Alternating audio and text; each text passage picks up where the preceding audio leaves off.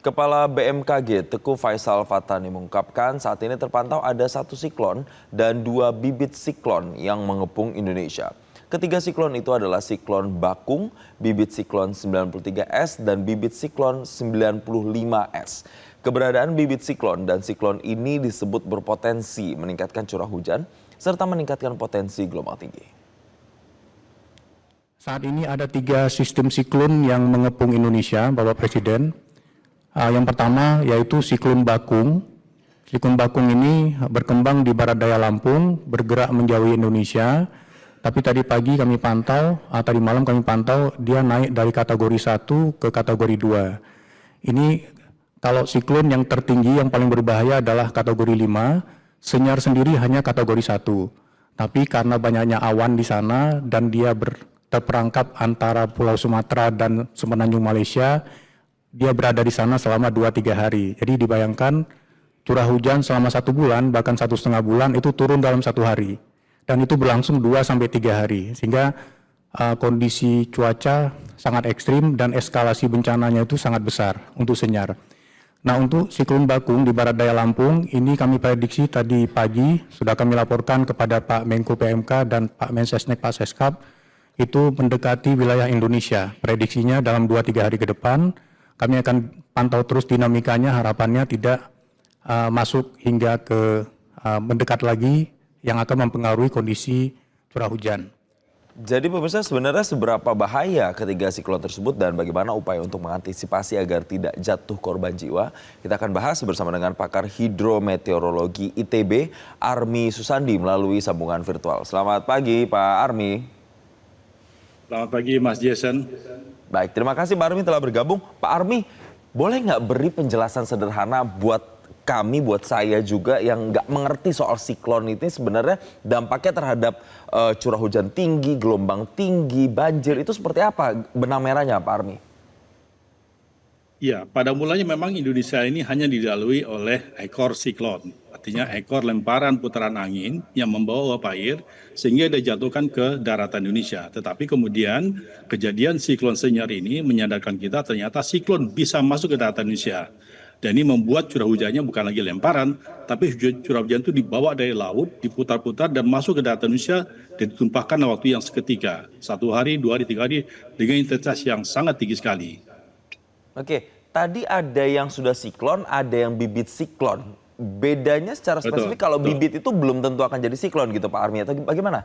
Betul, bibit itu belum tentu jadi siklon. Artinya dia mempunyai kecepatan yang masih tekanan tinggi, masih tekanan rendah, memutar angin yang ada di lautan. Kemudian nanti lama-lama dia akan meningkat kecepatannya dan tekanannya makin turun sehingga dia menjadi depresi tropis. Kemudian baru menjadi badai tropis dan ujungnya dia menjadi siklon tropis. Jadi tergantung dari kecepatan putarannya dan juga dari tekanannya. Jadi semakin tinggi kecepatannya, semakin rendah tekanannya, maka dia menjadi siklon tropis. Nah, kalau bibit siklon ini berarti dia masih proses tumbuh. Nah, biasanya tumbuh itu selalu di lautan yang hangat. Dan Indonesia saat ini mengalami 2 siklon sekali, 2 bibit dan 1 sudah menjadi siklon Bakung yang disampaikan oleh BMKG tadi.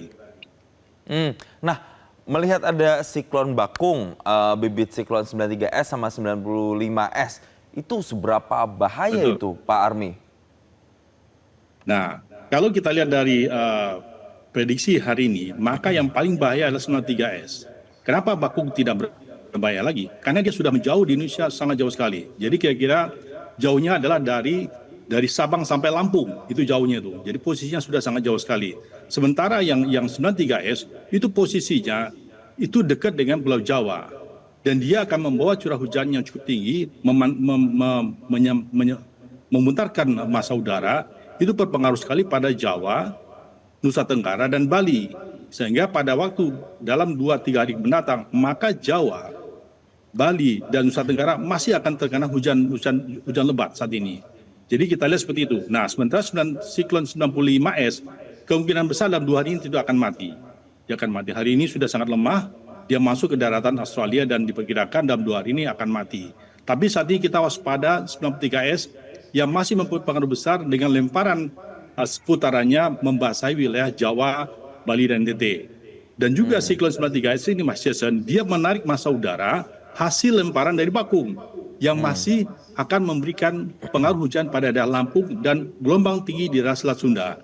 Jadi kita daerah-daerah Selat Sunda, Lampung, Bengkulu, kemudian Jawa Tengah, dan malah menurut saya dalam 5 hari ke depan malah lemparan kombinasi antara Bakung dengan 93 ini membuat curah hujan di Banten ini akan menyebabkan potensi banjir cukup besar di daerah Banten dan sebagian Jakarta. Saya kira kita masih dalam kondisi yang sangat dinamis sekali dan ini yang perlu kita waspadai dalam waktu 2 sampai 5 hari ke depan untuk 2 siklon ini. Oke, jadi tadi ada beberapa wilayah, ada Jawa, ada Bali, ada Nusa Tenggara, tapi ada juga yang kena tadi sampai Lampung selama kurang lebih 2 sampai 5 hari ke depan. Jadi sampai total, misalnya kalau saya mengutip Kepala BMKG kan bilang sampai akhir tahun itu akan ada dampak dari siklon yang terjadi begitu Pak, dengan hujan yang cukup tinggi. Kalau sampai akhir tahun, wilayah mana saja berarti yang harus antisipasi nih Pak? Yang perlu kita waspadai ternyata di akhir tahun itu ada potensi siklon baru atau kita sebut dengan katakanlah bibit siklon baru yang berada di lokasi Aceh. Nah ini yang cukup besar ini. Jadi kalau kita lihat Bakung ini akan mati dalam waktu 5 sampai 6 hari ke depan. Kemudian berkembang yang paling potensial dalam 5 hari ke depan itu digantikan oleh yang namanya 93S. Tetapi pada akhir tahun ini kita perlu waspada adanya bibit siklon yang akan tumbuh di sekitar Aceh dan Sumatera Utara. Dan ini awannya cukup besar sekali. Awannya saya kirakan sebesar Pulau Jawa ini. Besar awannya, lebar awannya itu. Nah mudah-mudahan, tapi kemungkinan besar dia tidak akan menjadi siklon. Tetapi dia akan menjadi bibit siklon. Tetapi karena awan cukup besar ini, maka kemungkinan wilayah yang terdampak di Aceh dan Sumatera Utara itu akan sangat besar sekali pada akhir tahun ini. Perkiraan saya mungkin malah lebih cepat, tanggal 27 atau 28 Desember ini. Nah, seperti itu Mas Jason. Jadi ini perlu kita waspadai untuk akhir tahun. Sekali lagi yang bibit siklon yang akan berdampak ke Aceh dan wilayah Sumatera itu tadi Pak, itu bisa kena dampaknya, let's say katakan dampaknya curah hujan tinggi di sana, itu bisa berapa lama Pak? Apakah sampai awal tahun depan atau gimana Pak Army? Saya kira tidak. Jadi kira-kira lebih kurang sekitar 1 harian, 1 sampai 2 hari ke depan, 2 hari pada tanggal 27-28, maka curah hujan di wilayah Aceh, Sumatera Utara itu akan besar sekali. Jadi dia walaupun tidak sebesar Senyar ya, tapi curah hujannya cukup membasahi dalam waktu lebih dari 6 jam di wilayah Aceh dan Sumatera Utara. Itu pada tahun 27-28. Sesudah itu dia akan hilang, dia akan mulai akan melebah, sehingga diharapkan akhir tahun tidak akan ada lagi siklon khususnya di wilayah Aceh dan Sumatera Utara. Kalau wilayah lain Pak, misal Kalimantan, misalnya kayak Sulawesi atau wilayah timur seperti Papua begitu, itu juga terdampak tidak dengan adanya siklon ini? Karena tadi yang banyak dibahas kan wilayah Sumatera sampai Jawa sampai Nusa Tenggara tuh Pak. Betul Mas Jason, ternyata yang tidak aman dibanding dengan Kalimantan dan Sulawesi ada wilayah Sulawesi. Sulawesi ini terutama Sulawesi Barat adalah daerah yang berpotensi cukup besar terkena banjir. Jadi saya kira ini akan membuat wilayah Sulawesi itu akan basahnya lebih sering yang akan terjadi di saat ini. Katakanlah dalam pikiran saya dalam 5 sampai 6 ke depan Sulawesi daerah yang akan banjir juga, terutama adalah Sulawesi Barat. Nah, termasuk juga di daerah Papua. Papua ini kebetulan karena hutannya masih cukup bagus menurut saya, maka potensi banjirnya itu akan rendah sebenarnya. Nah, walaupun kita lihat di wilayah selatan Papua seperti Merauke itu daerah yang berpotensi adanya longsor sebenarnya. Baik. Kalau kita lihat sudah mulai ada pembukaan lahan. Jadi memang sebenarnya dampak siklonnya ini cukup merata, cuman mungkin beda waktu-waktunya saja ya Pak ya di setiap wilayah begitu, mulai dari Sabang sampai Merauke itu dan ya. juga berbeda sumbernya. Kalau Berbeda di sumber. Kalimantan dan Sulawesi sumbernya dari utara. Baik. Sedangkan Ya, kalau Jawa, Sumatera dan NTT berasal dari selatan. Jadi kita Oke, itu yang diharapkan bisa kita selatan. antisipasi begitu ya Pak ya. Masyarakat harus kemudian peka, teredukasi juga untuk mengantisipasi terhadap segala kemungkinan. Mohon maaf karena waktu yang terbatas, tapi terima kasih Pak Army sudah memberikan pencerahan terhadap kami, pakar hidrometeorologi Army Susandi di Selamat Pagi Indonesia. Jelajahi cara baru mendapatkan informasi. Download Metro TV Extend sekarang.